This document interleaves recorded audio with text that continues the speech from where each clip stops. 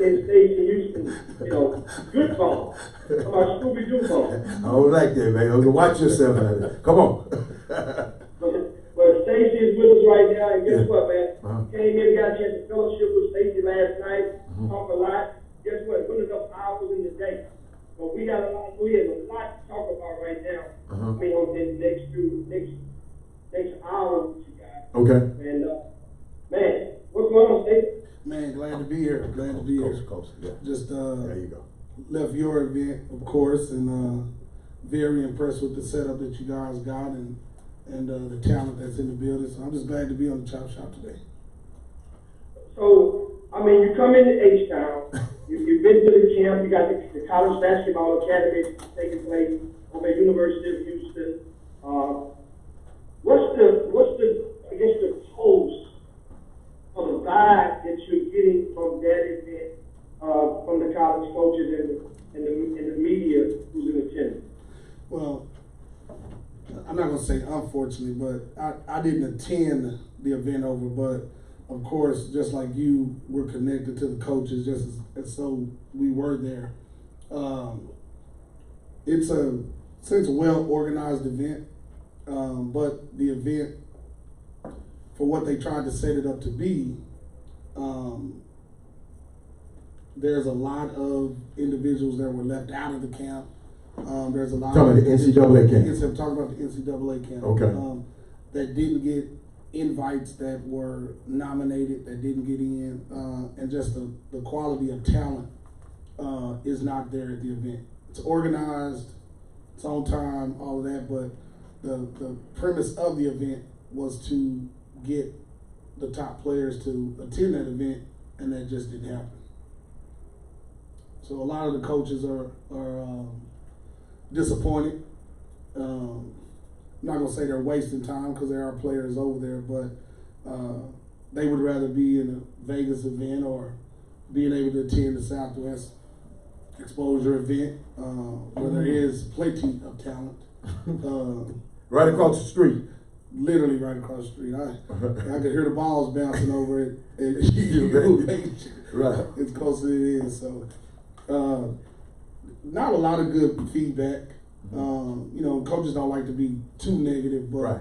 you know, we have special relationships with them. So some of the things that they talk to us about, Mr. Hicks, you know, how do you know, we don't discuss publicly, but they're not very enthused about the camp.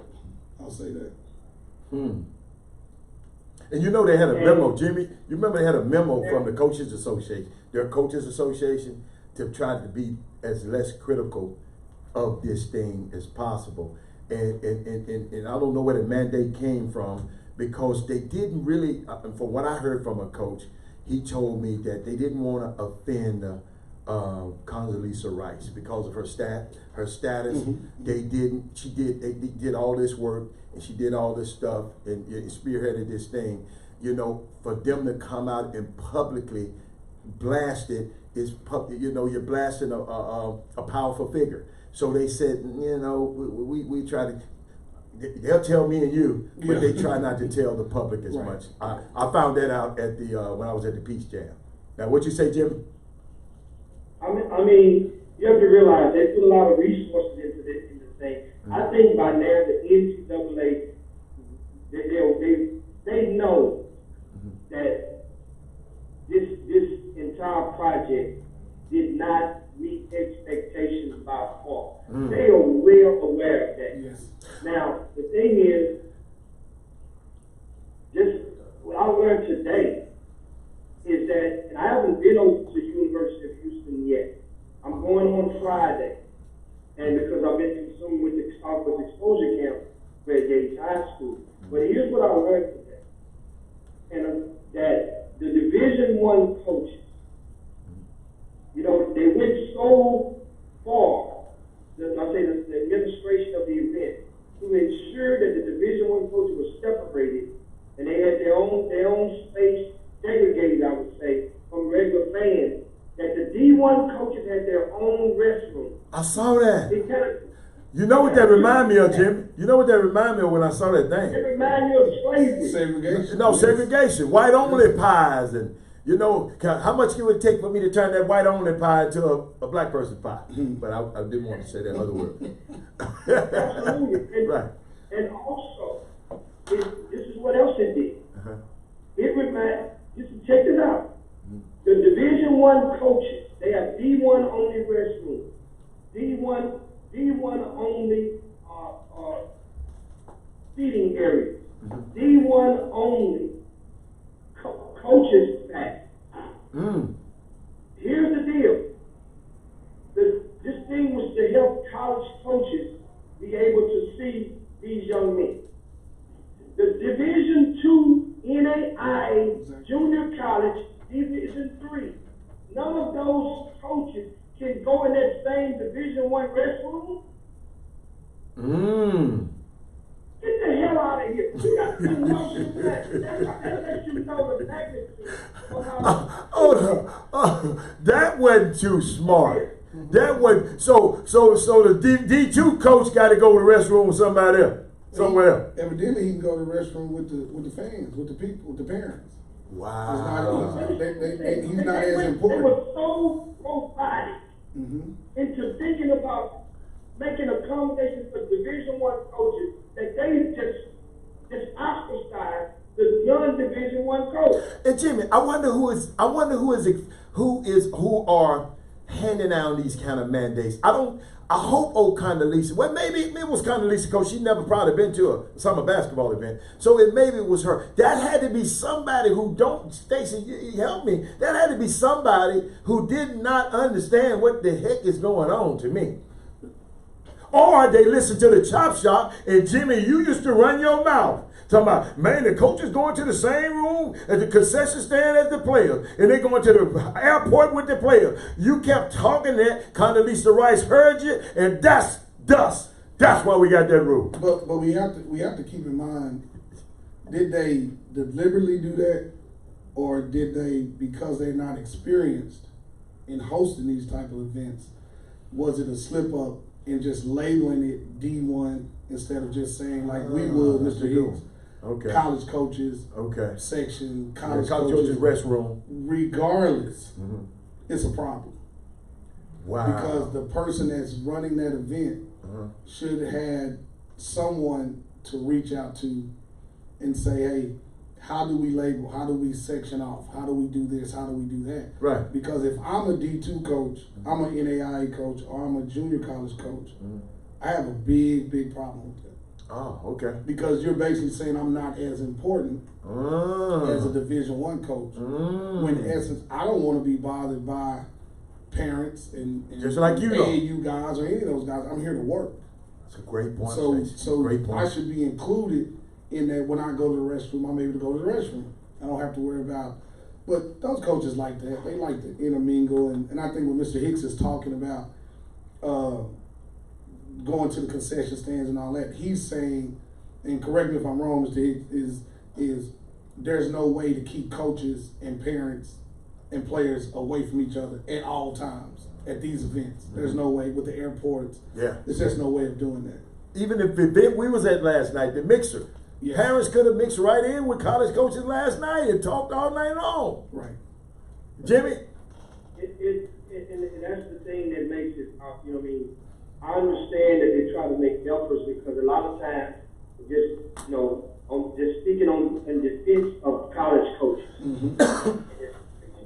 in the defense of them, a lot of times college coaches, if they aren't segregated, and I know that they will be in a situation, depending on the seating arrangement in the facility, that the parents are seated right behind them. So if a college coach is taking notes, and he might say, you know, number 32, he has horrible body language. I don't like you. He's not good enough for us. And what if his grandmother is sitting right behind that? She gonna hit him on the head with her purse. My grandmama hit him on the head with her purse. But you know we got 30 seconds. Wrap it up, Jim. So now you have problems, and that's one of the many reasons I understand. But at the same time, as Stacey just said, the real coaches, the real recruiters, they know how to find the kids. They know what hotels they stay in. They know where they're going to eat at. They know what time their planes will leave. Okay. We're going a quick break on the Chop Shop. Don't be up against the break, guys. Yeah. I got one more segment Okay. before they start back playing ball. And, hey, man, We make got sure you share the show right Yeah, share the show, cause Jimmy, we got to get to that topic. We got to get to that topic. We're gonna come back. When we come back, we're gonna get to that topic we were talking about last night. Chop Shop, we'll be back in a minute. Great topic about to come on. It's a good time to share the show. And don't be being politically correct, man. Who? You. Oh, it's gonna get heated. Okay. All right. You know me. I know. Yeah. That was good though. But we don't- I like how y'all brought me into that. You a little bit cornered me over there. It got me. I mean, we got to figure out. We got it figured I mean, out. you always talk about educating Right. other guys that do events and that are in our field, and unfortunately, everybody doesn't have the opportunity like you to be on both sides, where you work with an individual who is in grassroots, but then you also work with pros. And Yeah. you're in different circles. Right. And I think when you do have those opportunities to mix The different circle. ideas, different minds, different topics, we should take advantage of someone with your expertise. Okay. All right. A lot of I times see why y'all brought me in. people they don't really want to be educated. We talk about being educated, Yeah. but we really don't. Some individuals really don't want to be educated. He did the same thing yesterday. Oh, shit. He did the same thing Y'all yesterday. let Rick say something. Rick. Rick sure want to be on there. He did the same something. He can't say nothing. Hey, let Rick say something. He can say what's up, Rick? You can say something. We can't hear. Unmute your thing, Jimmy. Take the mute off. They should have gave you that mute button. We want to hear Rick. I don't know if they're gonna be able to hear because he's not on. All the music on. Okay, I got you. My bad. What up, Rick? I was trying to get you in, baby. I told you I had to get in there and support y'all this morning, man. I had to get to this special chop shop, baby. Yeah, you was in You there. better go turn your phone on. It get heated over there. You better go turn your phone on. Well, you've been all over the city today. Yeah, man. It's a blessing. It's a blessing, though. What did he say? He said they told Rick to see his face. Yeah, somebody said that yesterday on the Facebook. Tell Rick to sit his behind down. He was doing the same thing like he was yesterday. He had a different shirt on though. Hey Rick, hey Jimmy, I hope y'all feel that spot so I don't have to speak. Did y'all feel that spot?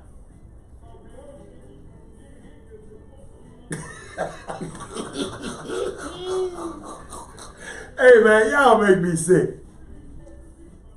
I don't know it. I don't know You yet. gotta speak to all the kids. Jesus, hey, Jesus, take the wheel. That's what I'm gonna say. How many minutes we got, baby? 20 seconds. Okay. See, Frank, that go Frank again. Talking about shit, Chad. Frank, quit talking negative on here, man. Herb, what's up, Herb? I didn't see you yesterday. Yeah, he over there. Unless he left. All that should be ran through Houston. Houston is the destination now. These other cities don't have. Tell me when. Huh? Okay, hold on. Welcome back. Welcome back to the best 120 minutes of your day. The Chop Shop, the nation's #1 urban sports talk show, and also your midday sports happy hour. Yours truly, Robert Hatter, alongside Jim Hicks, but I got, not really that's alongside of me, is Stacy Houston, Dallas, Texas. What's the name of it? What's the name of your report, Stacy? Inside Place. Inside the place. That's what. Oh, that's you. Okay. I love his tweets. He got some of the best tweets in the world.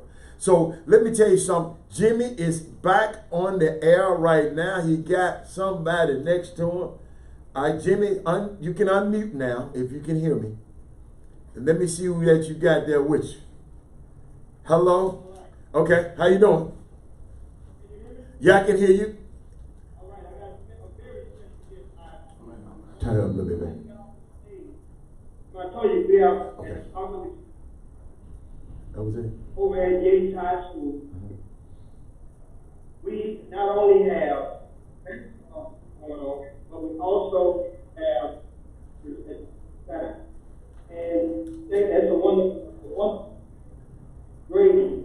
Now, people are running in and out. I mentioned to you earlier, we had Joseph John and one of Kim Frazier spoke to the young children, but also, we had this young lady who gave us some nuggets as well. Okay. Hello, my name is Dr. Francis Watson-Hester. I'm the Senior Director at Harris County Department of Education. Here in the Texas area, I am elated to be here and to partner with this wonderful camp, preparing students for college and beyond. And so, what did you give the young people today? So I hope that I was able to give them some words of encouragement and to inspire them to be the best that they can be, stay focused, and stay purpose-driven. Our goal is to always encourage students to go ahead and get a fine education, but also to come back and be better citizens of their community. And so now, Doctor, hold up, Jim. I didn't hear the doctor. Doctor, I want to hear your last name. Doctor, what's the last name? Francis Watson-Hester. Hester? Yes, sir. Yes, sir. Okay, all right. I just want to know who I'm talking to, Doc. Okay. you can't be Googling the woman right now, Doc. Hey man, hey man, I'm Googled out. I can't Google no more about it. I can't Google nobody else. I'm Googled out.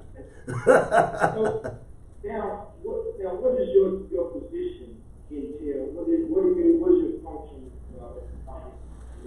Okay, so my background was education. I have 29 years of experience in the field of education. However, now my primary role is senior director. So I oversee professional development throughout Harris County.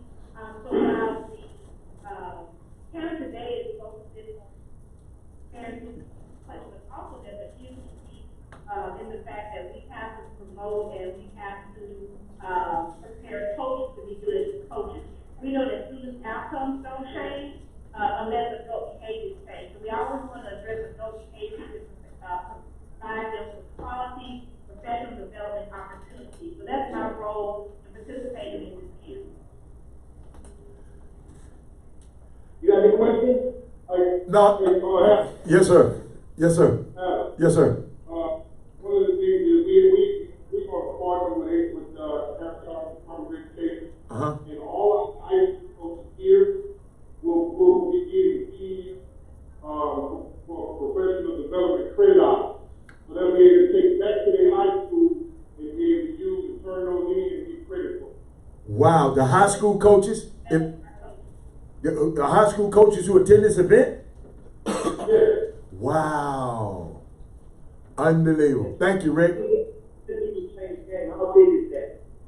Well, in order for us to develop students to be the best leaders they can be, we also have to continue to develop the adults that work with us. If we don't continue to develop them to be better coaches, to be better for students, then how can we encourage our students to be better leaders and to prepare themselves for the future? So it starts with the adult leaders. So now, people that attend someone's coach camp, these are student athletes. Yes. 9 to 12 grade. Correct. And your living day with student athletes, what are some of the pet peeves, some of the obstacles that many of them are facing that you see as well as academic? Well, a lot of students are not academically prepared and ready. A lot of our students are coming from backgrounds that they're dealing with a lot of things that they're dealing with in community trauma. They're dealing also with their families not knowing how to navigate the system. So those are things that can hinder students from moving forward. So a lot of times our coaches have to be the liaison between the colleges and the K-12 environment to get them there to help them navigate through the system and keep them focused so they can get that 4-year degree. Because at the end of the day, yes, they may be good athletes, but they need something also behind their name. And so how can they follow you in sessions? You can contact me at Harris County Department of Education, Teaching and Learning Center. And if you go to our website, you'll be able to click on the Teaching and Learning Center, and there you'll find my name, Dr. Francis Watson-Hester. Now, what we actually do for give us your educational background. So, as I mentioned earlier, I have 29 years of experience in education. Prior to coming to the Department of Education, I was a principal for 15 plus years in the Richard Rosenberg area. I'm also a proud Catherine Knight, finished from Fresno State University, and also Texas Southern University. There you go. The third is, There you go. I was, yes, that's several HBCUs. That's what she wants. But anyway, we really thank you for coming out and giving this, and providing us gracing us with your presence at the Solid Exposure Camp. We definitely thank you so much, and good luck. We definitely be in touch with you one more time. Who's going to go fish? You're fishing now. Thank you, thank You're you. fishing. Thank you. Wow. Wow. I didn't even get one. Doc. Beyond high school and beyond. Hey, Doc, I hope I get one of them when I speak. Because they ain't gave me nothing. You'll get a small. Then I'll be back over there to pick mine up. Hey, man. Hey, thanks, Doc. Okay. Thank you much. All right. Thank you. Man. As you can tell, once again, we're at Yates High School, the Southwest Exposure Camp. And Harry, guess what? During the lunch, right before I came on the air, the kids, the campers were eating, right? Guess what they're getting while they are eating in the cafeteria? What, a massage? They're getting, no, they have a chess teacher that is in the instructors on the house, To release strip? The chess teacher. Wow.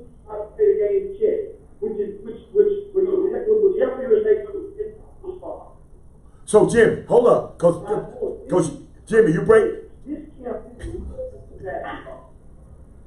Jimmy, you telling me while the kids eating, they got a chess instructor. I'm showing them the basic moves of chess. Will take place on Saturday and Sunday. That's gonna take place this weekend. No, they're getting it right now. Wow. The chess instruction. Yeah. Are eating with. Wow. That stuff is like that is extraordinary because kids will remember that stuff forever. Forever. And somebody teaching them how to tie a tie? Yeah. They learned that yesterday. Unbelievable. On how they brought extra ties. And the young men got. Well, you should have been in that class because I don't like them ties the way you be tying it. That tie you had on last night, I ain't like the way you tied that one. You should have went to that class. Black tie, man. I don't care what color the tie was.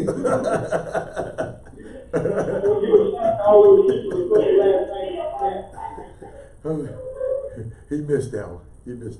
He said the black tie man. Yeah, there you go. You're back centered now. That's good. Now, what would you say? Did y'all teach the kid? And Jimmy, and maybe she should have told him too the next time. Let's teach the kid when they wear your belt should be the same color as your shoe. Don't have a brown belt on and a black pair of shoes. Okay? That's just Robert Hatter. That's a Hatterism right there. You know, instead of a Hickism, that's a Hatterism. You got that, Jimmy? Jimmy, why you on mute? Yeah. Okay. Yeah. You didn't hear what I said? Now, guess what? On campus, receive this book as well. What's the name of the book? Right on Facebook feed. He had to mute. Jimmy had to mute. They made an announcement at the school. See, that's what happens when you're at a high school. But guess what? We got Jim. You back? Come on, Jim. Come on. And I'm telling about this, yeah, you're right. They made an announcement over the gate system. And we were at Jack Gates High School. So the newly constructed Jack Gates High School. You have a seat right here, doctor. And we have another kid who spoke with the young men and some of the parents earlier this morning. And this is Dr. Donnell Cooper, right? And he presented everyone with this publication. This book. What's the name of this book? Book is called My Name is Chivalry. It talks about the 10 principles of chivalry. Wow. Talking about how ladies and gentlemen should work for equity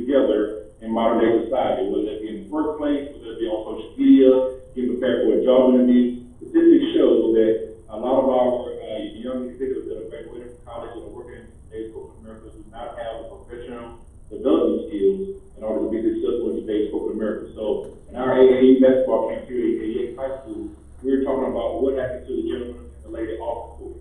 How do you conduct yourself off the court as a gentleman? Yes, it's one thing to open the doors for a young lady, but in today's society, we have women that are head of household, that are also single parents. So our time and dynamics of the ladies and gentlemen working together have changed. So ladies should be respecting gentlemen, just as well as gentlemen should be respecting their ladies. And so is that common for the student athletes? It is not common for the student athletes, because again, most of the athletes are, like in the AAU sector, are being just constantly talking about sports and practice, but we're not talking about the small ratio of students that's not going to be in the NBA, that's not going to be in the NFL. And so those students, they can't prepare themselves and they don't have a professional development skills to go into a job opportunity. They don't know what makes the colors to wear on a job interview, Right. How to tie a tie, Right. ladies wearing high heel shoes, Right. taking care of their body, hygiene and grooming techniques, dining etiquette. A lot of our interview sectors now going to lunch and dinner interviews. Our students don't know the difference between lunch and dinner. Doc. Just the way, just the act. Hey, Doc, that's great, man. And I wish, Jimmy, y'all got time for a few more seconds? Because we got to take a quick break for station break. Y'all got time for one more segment? Because I want to hear what Doc's saying. I love this right now. You got time? Yes. Okay, give me a second. Chop Shop, we'll be back in a minute. Yeah, man, y'all fell down, man. You know, London first, 2-3 days. Greece, 5 days. Spain, 2 days. Ibiza, 4 days. Back to London, then back home. You get it in. Vacation. Have a plan. And my man, tell me, you can't go on holiday. You meet us on one of the trips. Riding.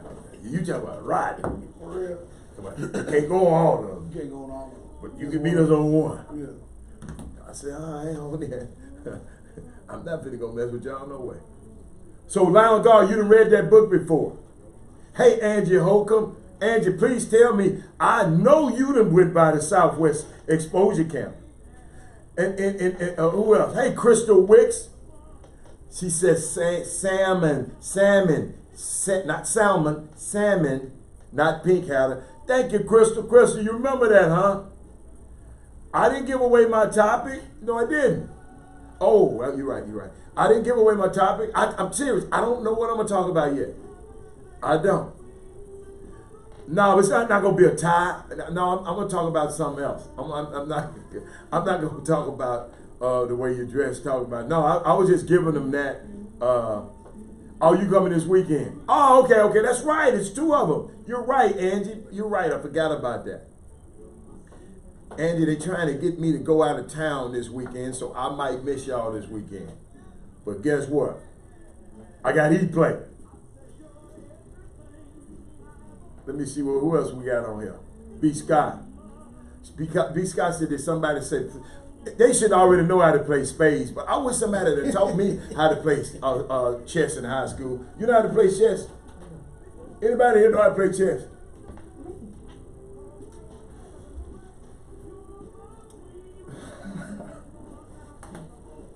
Dodo, you know how to play chess? Okay. All right. I used to have a nice one. Okay. All right. My darling. Thank you, Lionel. I like that one. Lionel, I don't know how much time they're going to give me. Lionel, because you know I'm going to go, they going to put that light on me. You know, like they do the comedians. Okay. Welcome back to the best 120 minutes of your day. The Chop Shop, the nation's #1 urban sports talk show, and also your midday sports happy hour. Yours truly, Robert Hatter, alongside Stacey Houston. But Jimmy Hicks is on via satellite. I think that sounds pretty good. From Yates High School in 3rd Ward, the newly renovated, not renovated, the brand new Yates High School. in Third Ward at the Southwest Exposure Camp, and he got a special guest with him. A guy that wrote a book. I'm always impressed by people who write a book. Doc, Doc, let me tell you something. I'm always reading, Doc, and I can't wait to get over there. Make sure you have a copy, because I can't wait to hear about that book. And Doc, I want to bring you on the show, and we can talk about, we have Women Rock Wednesday on our show. We're going to have a day for the men and teaching the young men chivalry on the show. So back to you, Jimmy. What's going on? And of course, we're back close to Dr. Danielle Cooper. Right? And his book, and my name is Chivalry. And he just came out about what day? July 5th. Oh, okay. Yes. And the thing about it, before the recognition about date, lunch interview, and dinner interview. What's the difference between a lunch interview and a dinner interview? A lunch interview is typically going to be 30 to 45 minutes. An opportunity for me to get to know you, and you to get to know the other person. That's not normally a setting where the job offer is going to be initiated. It's even a different dress style. But a dinner interview would normally be with a group. It might be with a panel, it might be with a group of sector. And that's typically where more discussions of an offer or presentation is being put into place. So a lot of people need to know the difference between that lunch and dinner interview. But more so, when we talk about in this chivalry aspect, how do you conduct yourself in that dinner presence? Most of those are going to be either a 4 or 5-star restaurant. But let's just take our napkin. Our napkin should be folded halfway with the fold out napkin in our lap at lunchtime. At dinner time, it should be open up all the way. You might say, wow, well, at lunchtime, it's hard to open up break, so 30 to 45 minutes. So at dinner time, we're more prone to make a mistake, or most of them more relaxed, but we may need a whole napkin. When you're in that interview setting, most long environments right now talk about 1 fork, 1 spoon, 1 knife. But what happens now when you get in a restaurant setting, you have 2 forks, 2 knives. The whole qualification and difference between how to be a lady, how to be a gentleman, is to save you from fear of embarrassment. So don't put yourself in a fear of embarrassment when you're sitting there eating your food with your coffee spoon, or eating your salad with your entree fork. That person's going to know the interview to continue to say, thank you for coming, have a nice day, we'll be in touch. If you do that 4 or 5 times, your judge will say, what am I doing wrong? I haven't been great, I'm just talking around college. At the end of the day, we're lacking soft skills. Wow. We're not away from the principles at one point in time, these were principles and practices of our home environment. We're not having prayer anymore in our home environment. We're not eating as a family anymore in our home environment. So all these things have a factor on us in our professional range. And so, also earlier, you mentioned there are 4 basic colors you wear to an interview. Yeah. What are those colors and why? So the 4 basic traditional colors, again, this is not Cooper's rule. This is the etiquette fashion rule. It's going to be your black and blue, then you get your gray and your brown. Those are solid colors. Those are traditional colors with a solid white shirt, and even a solid tie. If you think about it, we on our 45th president, every president has only worn solid colors, white shirts, and solid ties. It's a statement of fashion, but most important, it's a statement of the quality of a gentleman. Man, guess what? We definitely used to put thank you for joining us on the Chop Shop. And how can they follow you on social media for more intel or to get this book? Correct. So all my social media is hashtag my name is Chivalry. Go to the website www.mynameischchivalry.com. You can purchase the book there. You can go to Amazon, Barnes & Noble, all your national bookstore platforms. My name is Chivalry. It's there. There's a hard copy. There's a paperback. There's an ebook version. There's even an Audible. I'm working on even releasing edition in Spanish. Well, man, thank you so much. Thank you for this. We appreciate it, man. Thank you. And have to get you into the Chop Shop Monday night. Looking forward to that. All right, Doc. Great job, man. All right. Thank you, bud. Thank you. That was awesome, man. Hey, guys. Yeah. Hey, man, hold up. Stop, man. Man, y'all are setting the bar so high over here at this camp, man. Come on, man. Guess what? Y'all got Robin Hatter speaking. Man, what y'all doing over there, man? Huh? I mean, guys, understand, this is more than just a camp. Right. And I mean, it really is. I mean, the kids just ate lunch, a hot catered meal each day.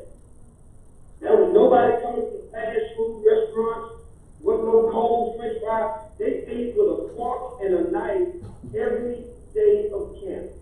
Session 2 is on Saturday and Sunday, every day, park and night. And little bitty things like that is what makes the difference. And also, every one of the coaches and the instructors at the camp are high school coaches. That helps. I mean, it really does. So if you've never been into the new confines of Yates High School, I invite you guys to come out and join us this afternoon. We'll be here until roughly 4 o'clock today. And we will also be back all day Saturday and all day Sunday.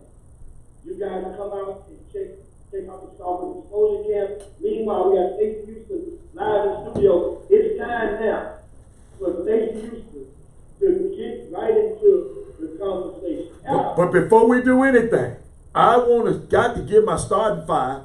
A starting five is the first 5 people that sign onto the Facebook feed every day.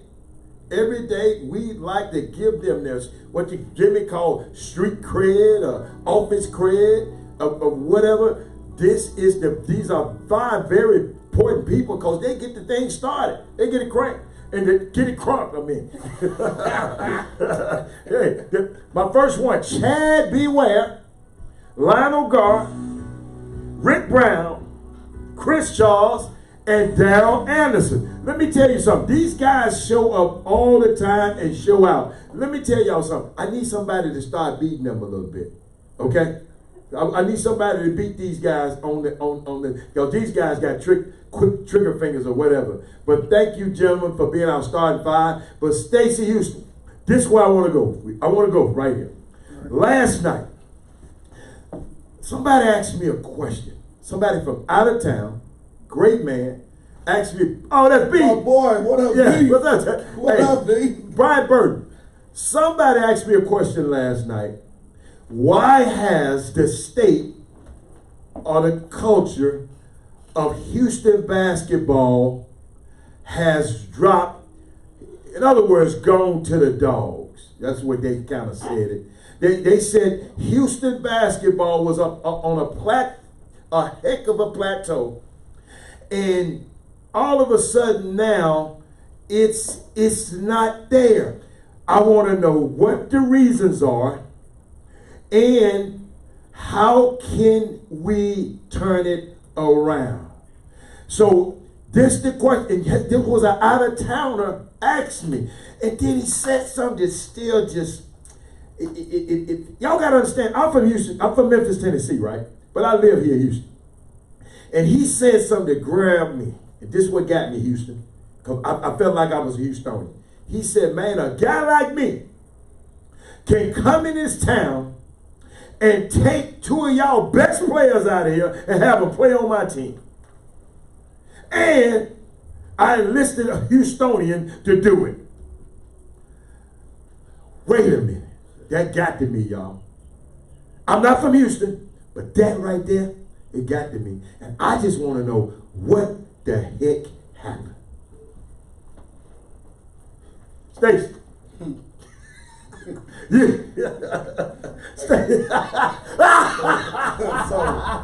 So I have to be sitting there when the guy, asked the question. And the first thing I told him was, it's not just Houston. It's Okay. not just in Houston. Okay. We have some of the same issues in Dallas. Right. But what has been brought to my attention, and by me observing, not by anybody telling me this, I come from Dallas to Houston to support the Southwest Exposure Camp. Mm-hmm. But I didn't necessarily come to support the camp. Mm-hmm. I came to support the 4 individuals that's hosting the camp. Okay.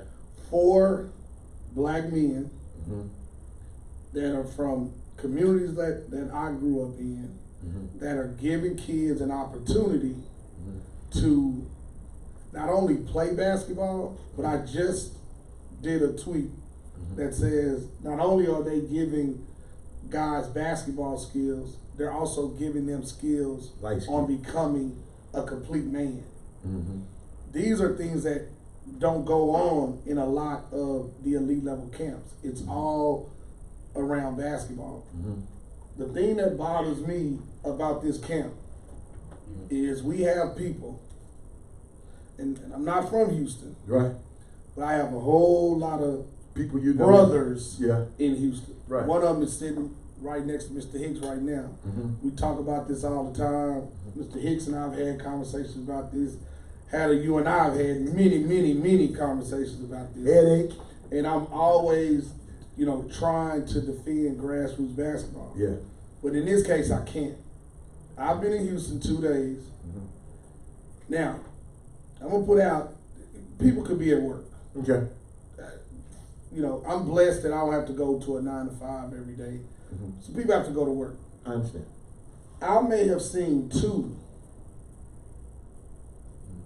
maybe 3 grassroots coaches or directors or anybody at this exposure event. To me, man, that's a problem. I've asked the 4 guys.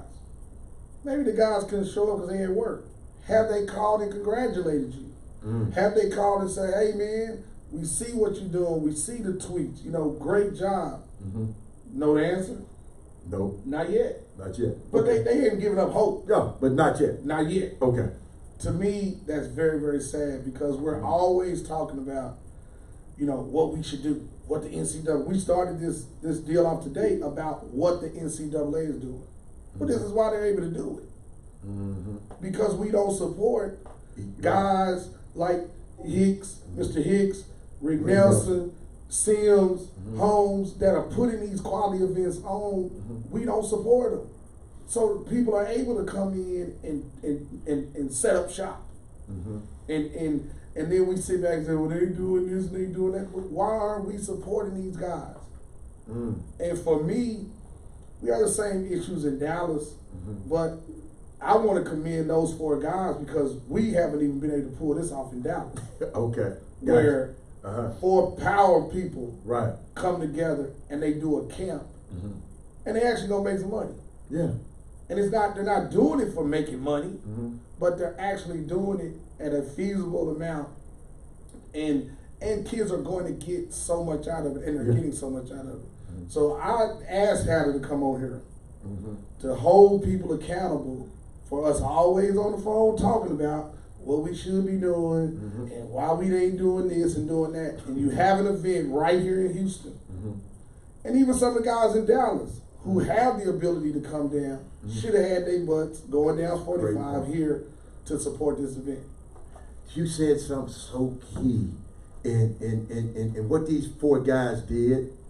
I remember watching the movie. I'm going to take a break, Jimmy, because we're going into the break. What these 4 gentlemen did, I remember the We Are the World theme song with Quincy Jones put on with Michael Jackson, Cyndi Lauper, all the best singers in the world. And I'll never forget, on the door before you came in the studio, Stacy, Quincy Jones put a big sign up saying, check your ego at the door. Leave your ego at the door. Everybody coming in here bad.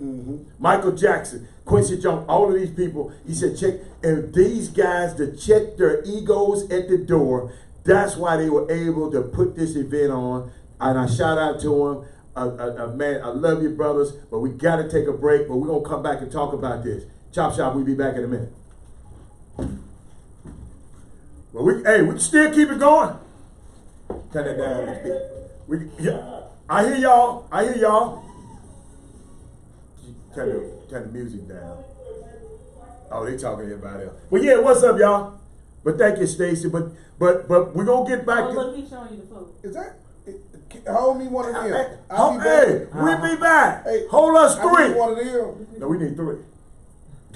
Me and wifey can share a house. We'll share. We share. Okay. Hey, dude.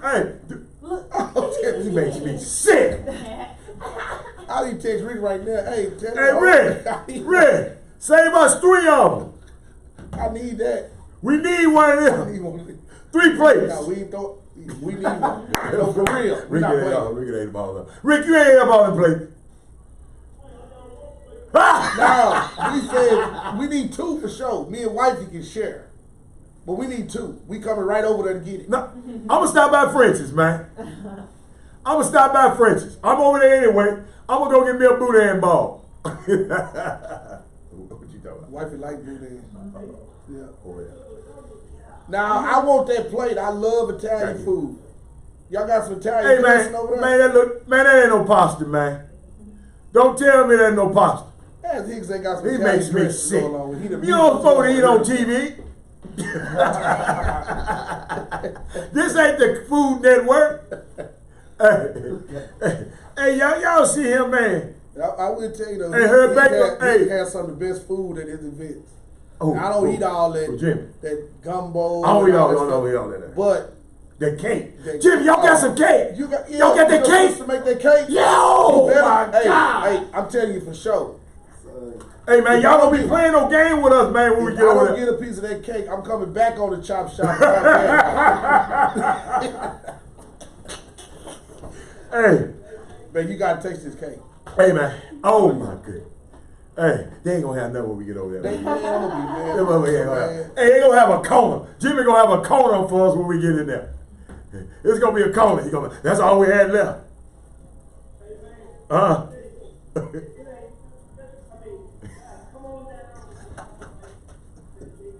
I thought y'all were gonna get out so me and Stacey could talk. Herb said they got them groceries in there, man. They got them groceries in there. No, not the kind of groceries Herb's talking about. No, Herb he talking about the real groceries. No, Herb talking about the other groceries. No, I don't think so. Yes, yeah. He said, trust me, they got them groceries. He- It's some people in there got some groceries. Nah, I hope he ain't talking about that over there. You ready for me yet, Doc? What did Jimmy talk about? Welcome back to the best 120 minutes of the day, of your day. The Top Shop, the nation's #1 urban sports talk show, and also your midday sports happy hour. Yours truly, Robert Hanna, alongside Stacey Houston, right in studio with me, and got Jim Hicks and Rick Nelson at the Southwest Exposure Camp at Yates High School right now. I can't wait to get off the show. The motor already running right now, so I can head over there. What you got, Rick? What you got? What you got? What we got? Who that? There he Oh, is. Lupe! What's up, baby? You get quiet as Kim, that's the one who said Yeah, that's who That's said what on started this. this conversation. That's who started this conversation. Hey, Lupe. Hey, can we get back to our regular scheduled programming? What's up, Lupe? What's up, man? Hey, man. Hey, thank you so much for last night, man. I really enjoyed y'all. I promise you. I had to leave early because I told you I had to go study. But guess what? Tell me, and you authored this thing. You brought me over. You asked me a great question. And I'm going to tell you, Lupe, I've been thinking about that question all night. But what I figured out, because you asked the question, you said, why is the state of Houston basketball so in the dumps? And I went home and I found, because I don't know, because I was a part of this, but really wasn't a part of it. I had a son in it, but we wasn't affected by it as much because I didn't care. But it's a lot of parents are not in a position like me, Correct. so they need this thing. And you said it went into the toilet. I went down, but I thought about it because I talked to Jimmy. Jimmy said, Robert, it's not just one thing, it's a series of things. It's a series of events. And he said something, Lupe, and I want you to help me with it, and Stacey's here. Jimmy said, Robert, a lot of problems in Houston, people devalue the important people. If Stacey doing something good, man, that ninja ain't that. If I've been doing what I've been doing for 20-some years, man, he ain't that. He ain't all that. He ain't that. And then if Lupe doing something, oh, he ain't that. We devalue our leaders. And when you devalue things, see, some people don't understand. I'll never forget this, Lupe. I was talking to a parent of a kid, and I was telling, she's telling me, I need a program for my son to play. She told me, Lupe, and she said, I just don't know a program. I said, why not TJ Ford's program? Oh, they don't win enough. That's what she said. Your son can't play that. Excuse me. Your son can't play that good.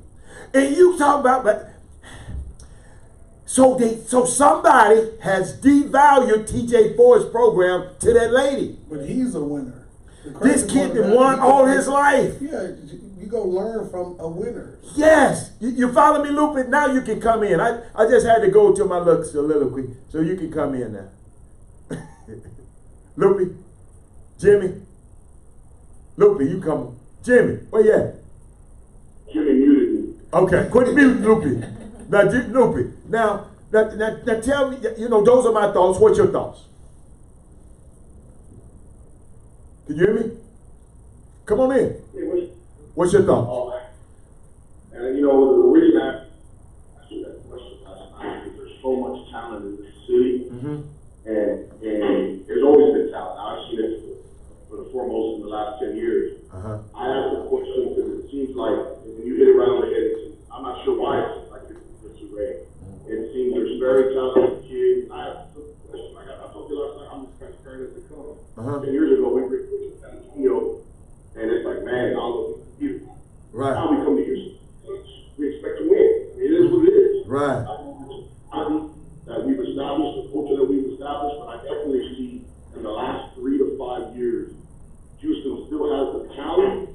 For some reason, it's either dispersed in different areas. You guys can't seem to come together as a city, and it seems like the Godfathers. I remember, I'm from the Lamar's events. When Lamar Holt had spring bling or whatever that makes. Mike Jackson had the event. Yeah. The World Series every December, and then of course Jimmy's the ice break. Those seem to be like the 3 big events, and all of a sudden they just got watered down. I don't know. It seemed like every weekend somebody started at the bench, bad teams. Bad teams, you lose players. Right. All of a sudden, I got playing there, but she's playing over here. And I know it goes off in every city. I just think the city of Houston, to me, in my opinion, right now, seems like it's correct. And you know what, Lupe? And when I got out of the conversation, and I love what you said, because I watched that. Y'all brought teams from your area.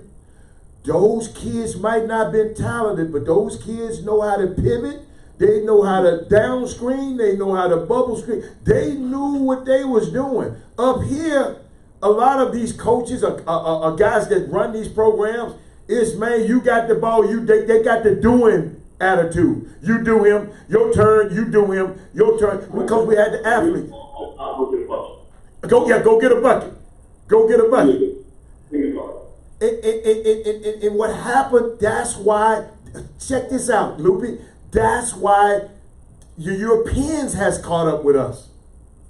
Because these guys are practicing 6 hours a day over there, every day, and learning the fundamentals that we sending our best coaches over there to teach them. But we got, and maybe, because I think somebody said something about maybe it's too many teams. Because if you got a lot of teams, but if you got a lot of teams, you got a lot of guys that don't know how to coach them teams. More importantly, you got a lot of opinions. Oh, opinions. But now, guys. Okay. Come on. We can't sit here and bash Houston. All right. That's what we talking about. But there are guys out here, and I'm not gonna name them because I don't want the guys that I don't name to feel a certain kind of way. Okay. But there's guys out here that are teaching basketball. Okay. And there are teaching guys how to play. And Lupe, correct me.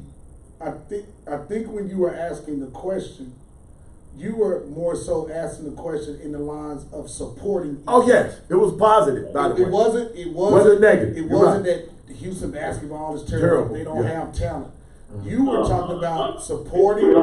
It's not less talented. It was just Right. You were talking about supporting each other and keeping their talent in Houston. Why can't we keep the talent in Houston? And that goes back to what we talked about earlier, supporting the community. And I said this to Lupe last night. I said, Lupe, don't take this wrong because you're a minority just like we are. I said, but in our community, that's one of our issues, is that we don't support each other. And Lupe, correct me if I'm wrong, but in your community, in your nationality, in your community, y'all got the hell of a support of each other.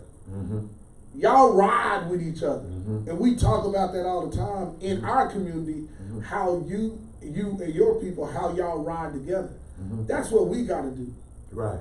And that's what I'm talking about. That's what I'm talking about with the event that Mr. Hicks and those guys are putting on. Not only is it a great event, it's a great atmosphere. Of course. As soon as you hit that door, Oh yeah. you just feel like It's first like class. It's first class. It looks right, but just the people that's working, they're acknowledging people. Yeah. And the four individuals that's working together, it's crazy because I know Rick worked with two of them, but I ain't gonna lie, I never thought I'd see Rick and Mr. Hicks work together.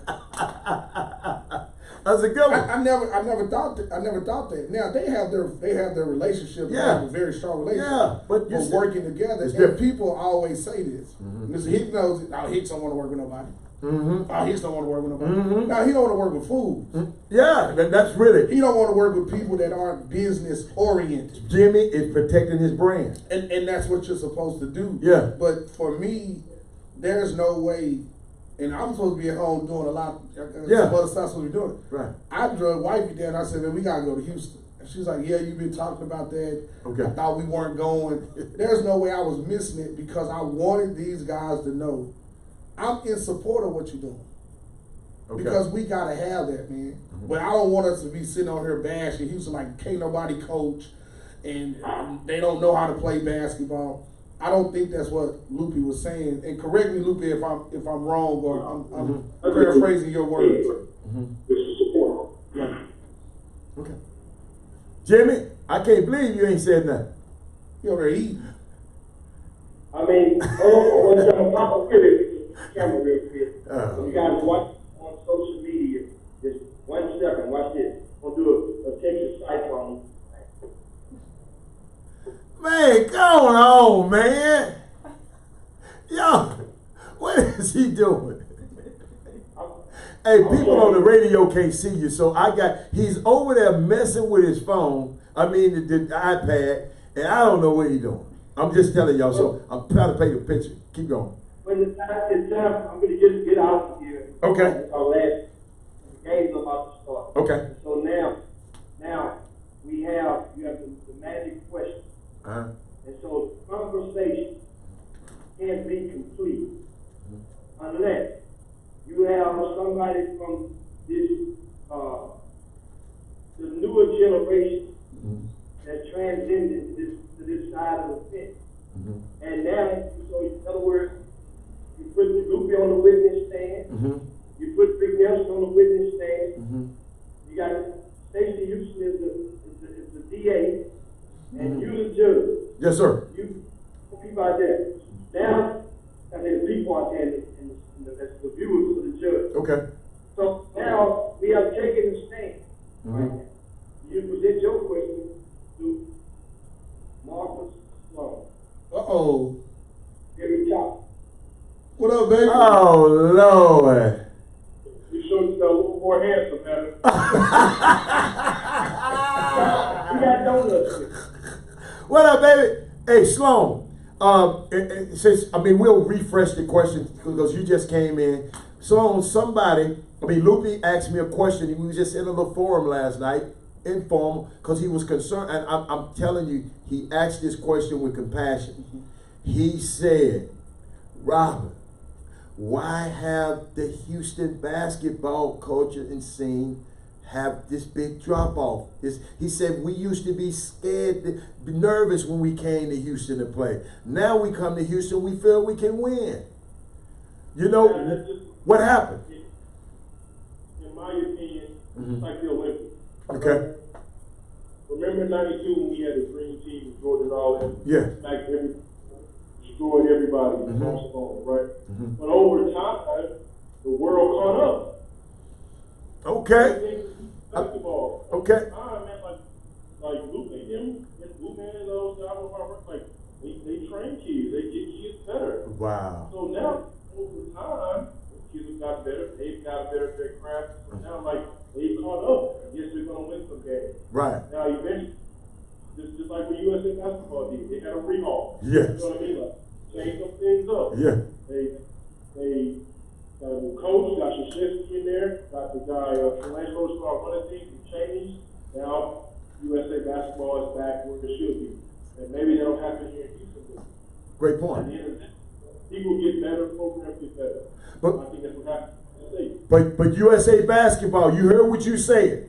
They institute Mike Krzyzewski. They instituted Colangelo. They made it change what we need to do here to institute. We need a shot. We need a shot in the arm or some kind of, we need to make some kind of decisions like that. Where do we go? How do we start? Where do we start? I just think that we need to, first of all, have more like basketball guys and guys who like been in, seen some things, seen players at a certain level, have more, not to use the word authority, but for lack of a better word, authority. And so I also see him that like, you may not agree with everything Jimmy says, you may not agree with everything I say, but he's been in some stuff that he says I don't agree with. Right. Guess what? He's been in the game 19, 20 years, right? Right. He's seen it, the flow of this thing. Right. So for me, being new to not hit him and be like, yo, how you feel about this? What you think about this?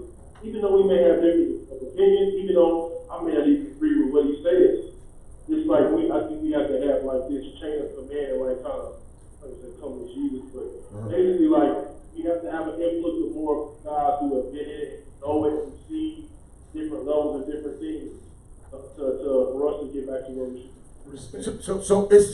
So we need a collaborative effort. See, what I'm trying to see, what I'm seeing is we got a basketball issue. Cause Jimmy is all Jimmy gonna do is give you a stage. So I think we need to start protecting and respecting the platforms that people are putting you on. So I would tell if I was Jerry Colangelo, let's say I'm Jerry Colangelo. First of all, I got to go find me, and I'll take on that mantle. I got to go find me a Mike Krzyzewski now that can overhaul this whole thing basketball-wise and structure-wise. Let me tell you something. Jimmy, when we get better, I know we got to go on a break. When we get better, Jimmy gonna have a better platform for us to be on. So I'm sorry, huh?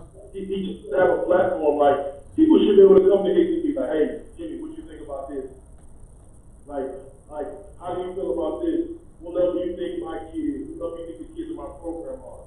Like, people should be able to get. It's not just a platform; it's the knowledge because he's seen some things. Even for guys like myself, same thing. Like, yo, I feel a lot of stuff on Twitter. Hey, Sloan, we got to go to break. They're looking at me crazy. I should have cut you off because I know you about to, and I know y'all got to leave, right? Because we got to take a break. Jimmy, what we got? Jimmy. I'm gonna let Luke and Sloan take it in. I got to go walk in the field. Luke and Sloan gonna sit next segment. Okay. Cool. All right. Okay, share the show. Chop Shop, we'll be back in just a minute. Oh, we almost out of here, Bob.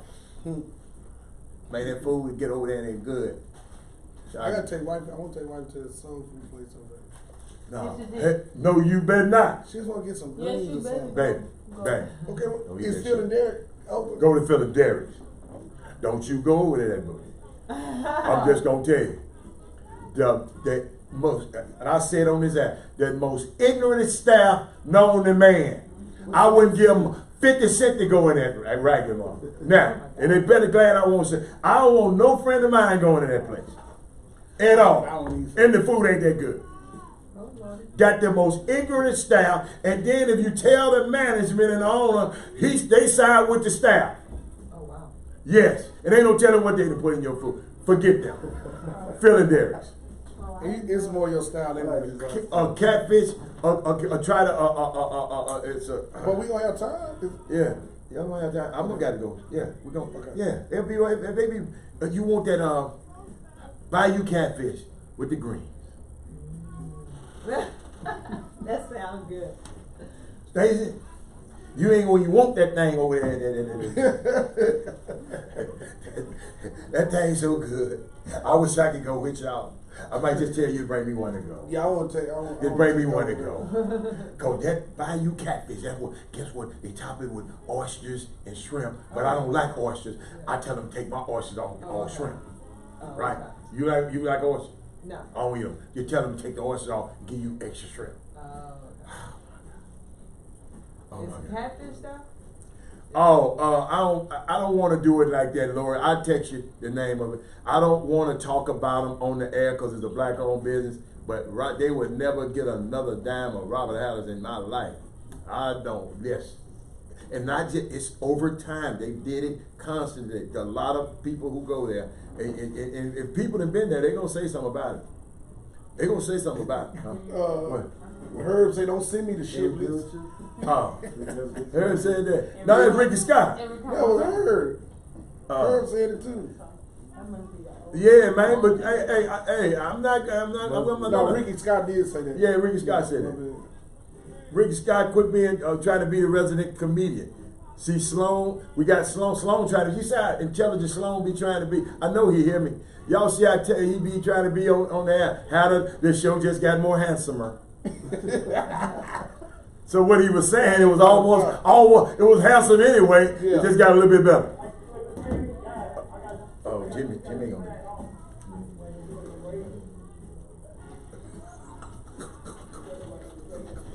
Hey, tell me when, man. Welcome back to the best 120 minutes of your day. The Chop Shop, the nation's #1 urban sports talk show, and also your midday sports happy hour. Yours truly, Robert Haller, alongside with Stacey Houston in the field, and his first time in the first time on the Chop Shop. He was in the Chop Shop, but he was in the background. He didn't want to get on when R.J. Hampton came on. But we got Jimmy. Who we still got on? We got Sloan. We ain't got nobody. So me and Stacey can finish this thing out. Stacey, I guess we can get off there. We talked about it. I got a couple things. I got a couple things. All right. Okay. First of all, congratulations to RJ. Yeah. They Rod and the Hampton and the circle they have is they make a major moves. He's been blessed to sign a 5-year deal with Ling Ning, and of course everybody knows he's going overseas to play. And I just did a tweet saying that his success is going to determine whether a lot of other elite level prospects decide to forego college and pursue a professional career. Because what Rod is doing with RJ from the surface looks really, really good. And so if he's successful and they accomplish all the goals that they set for themselves, there's going to be a lot of people that follow in his footsteps. So a lot of young kids come, instead of that rule, they have to be 1 year removed from their high school to be able to play in the NBA. So kids go, like Emmanuel Mudiay and Terrence Ferguson, go overseas for that year, then come back and go into the NBA draft. And I'm talking immediately, because I think the NBA, eventually they're going to change it, probably no later than 22. Yeah. But I'm saying immediately, those high-level guys, if RJ is successful, and I really believe he's going to be successful, but the goals that they have set for themselves, if he's able to accomplish those goals, there's going to be, he's starting a trend. He's going to start a trend. That's great. That's great. And I'm going to shift gears to here because I want to congratulate the Los Angeles Clippers. Okay. Oh yeah. Yesterday was a fun day to be in LA, and if Jimmy didn't have his event yesterday, and I had to be here, I would have been in LA. Oh yeah. For the sure. For the first time, y'all. The reason I'm saying for the first time, the Clippers has joined the new club called the High Expectation Club. Houston. The Clippers was one of those clubs that was poorly ran for years by Donald Sterling. You follow me? They've never been a high expectation team. But I want y'all to do it in Dodo. I don't know if you got it teed up. I want y'all to see a billionaire lose his mind on Oh yeah, I television. saw that last night. Shawty, did you see that? I want to check this out. Check I have these notes, but I gotta say, I'm just fired up to be here today. Pretty cool, pretty damn cool. Wow! It's the owner now. Oh my God. I'm just delighted. You know, I'm proud of what we did last year. We had a hell of a team. Played the right way, hard, gritty, tough, resilient. That's what the Clippers are about. And it was a great season. Great season. 48 wins. Great season. Not what we want, but a very great season. I'm so proud of the guys we have. I'm so proud of the guys who are coming back. We got the guys who I think will be perfect, put together with Paul and Kawhi to really give us the chance to do the only real thing we want to do. I gotta say, being number 2, being number 4, we're only here for one reason. We want to win it all. That's it. Can y'all imagine that? This a billionaire with that kind of enthusiasm. His name is Steve Ballmer. I told a story last summer. I told you a story about me and my son. We were at the summer league last year, and the day before, me, my son, Kevin Garnett, Sam Purcell, and I think Paul Pierce, a few of us, everywhere we went, we got bombarded by people. Hey, take a picture. So guess what? The next day, those guys were busy. I had a meeting with Ballmer. Ballmer, my son, we walked through the same casino. Nobody said nothing to us. This is one of the richest men on the planet. Okay? The 14th richest guy on the whole planet, worth $50 billion, and nobody stopped and said nothing to us that day. You know, the chairman of the Clippers, you know, they don't call it owners. The chairman of the Clippers, he was more excited to introduce these guys. I've never seen that. Yeah. I've never seen an owner. You know, he went to they created this giant event. He had these giant note cards that he was supposed to read off before this. He had a speech he was supposed to give. And he said, screw the note cards. He just screamed for 5 minutes. And at the end, he said, talking about the Larry O'Brien trophy, he called it the Larry O.B. trophy. You know, they tried to get, because Kawhi was laughing. Dude, the man had Kawhi Leonard laughing. How many times, you know, we make a joke about Kawhi, but you know what? To have these two stars, the Clippers, and I talked about them last year, and I know everybody said, why are you talking about the Clippers? But you know, to have a guy like that, it just make a difference. And but guess what? Now they got responsibilities now. Yeah. You know, high expectations. You know, think about if the guy, what's the guy, Donald Sterling, was representing this team. Think about the enthusiasm. You know how he talk. Well, hey, you guys, hey, well, they wouldn't have Kawhi. Yeah, they wouldn't. Nor Paul George, so he wouldn't be up there talking about anything. And do me a favor, y'all. Look up Steve Ballmer when he was with Microsoft, and he used to do these same kind of fiery things for Microsoft. But yeah, but right now the Clippers got the momentum. What you think about this? They got the momentum. What can they do in the playoffs? Well, first of all, they're blessed to have Doc Rivers, wow, one of the top coaches in the NBA. And what I love about Doc is he can manage personalities. Yes. Not only is he an X and O's guy, but he can manage personalities. And I think those teams, because they have egos, every team has egos. You have to have somebody at the top that can manage those and can make sure that guys understand what their roles are. So I'm expecting the Clippers or the Lakers, depending on who else they put around. You know, they got those guys, depending on how those guys play. Those two teams are going to win the NBA championship. Oh yeah. Oh, the whole championship? Oh yeah. Lakers or Clippers. One or two. So they got the best duo. They got the best duo of everybody in the league. It's not, but see, I don't just look at the duo. Okay. At the end of the day, the Lakers don't have. He's not a bum coach, right? He hasn't had the talent. He hasn't been able to coach someone like LeBron and AD. Question is, can he manage those personalities? If he can't manage those personalities and get other guys to buy in, they don't have a chance to win. Okay. Kawhi, Paul George is adding to what they already had with the Clippers. Right. With Doc Rivers. Yeah. I want to know somebody that can beat them. That's a good point. But remember though, Paul had shoulder surgery. But he don't even have to be, he can only be 80% and still be better than most. Okay, but he might be out for a few games though before he come back.